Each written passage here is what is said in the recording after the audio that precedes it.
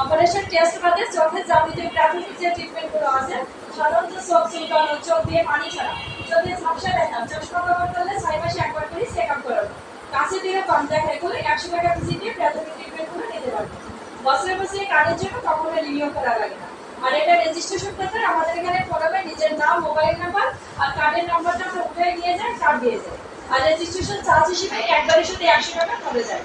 সেটা প্রথমবার যখন ডক্টর দেখাতে যাবেন ওই 100 টাকা করোনা থেকে ক্যাশব্যাক আছে। অর্থাৎ প্রথমবার ডক্টরের ভিজিট না দিয়েও প্রথমবার ফ্রিতে ডক্টর দেখাতে পারবেন। তো সেক্ষেত্রে আপনারা রাখতে পারেন, আপনারা যে ডিস্ট্রিক্টই হন না কেন চিকিৎসা ক্ষেত্রে তো আসলেই প্রয়োজন হতেই পারে, কারো কখন কোথায় যা লাগতে পারে এটা থেকে বলতে পারে। হয়তো বা আপনাদের পোস্টিং হয়ে গেল সাতক্ষীরায়, তখন একটু প্রয়োজন হতে পারে।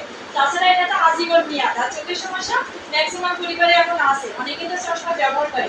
যারা চশমা ব্যবহার করে অন্তত 6 মাসে একবার করে চেক আপ করানোর প্রয়োজন হয়, তাদের জন্য তো প্রয়োজন হতে পারে। সেক্ষেত্রে এটা আপনারা রাখতে পারেন।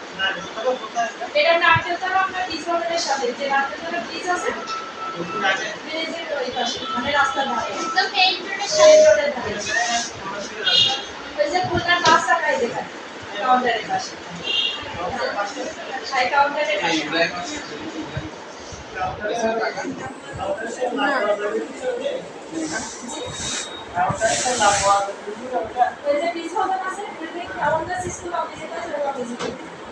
রাস্তা ধারে কোনো ভিতরে যাওয়া লাগে না, যে হসপিটালের সিম্বল দেওয়া আছে।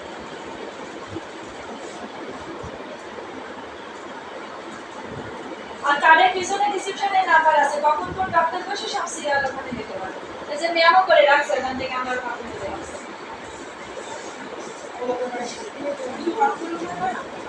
যেখানে হোক না কেন তাদের জন্য চিকিৎসা ক্ষেত্রে বলা থাকে যে কার কখন কোথায় যা লাগতে পারে। এটা তো করে রেখে দিলে ভবিষ্যতে যদি কখনো প্রয়োজন হয় ব্যবহার করতে পারবেন। তাহলে এগুলো তো আজীবন নিয়ে চিকিৎসা ক্ষেত্রে তো বলা থাকে এইভাবে প্রয়োজন আসে। আমাদের এখানে কিছু ঢাকাতে ডক্টর সাথে আসে।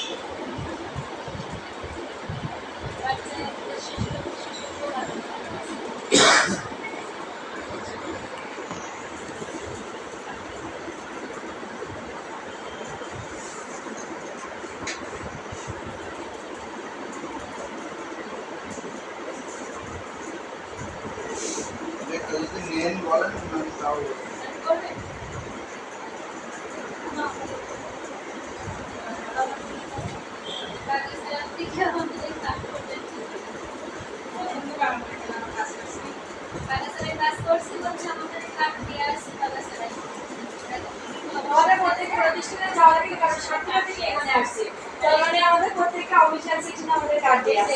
এই কার্ডগুলো রেজিস্ট্রেশন করে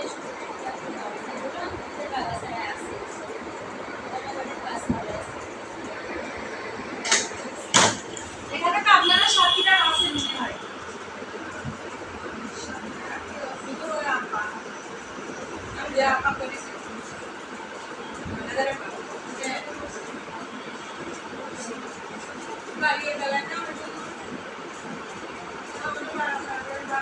বাংলা ছাড়া তো মানুষ যায়।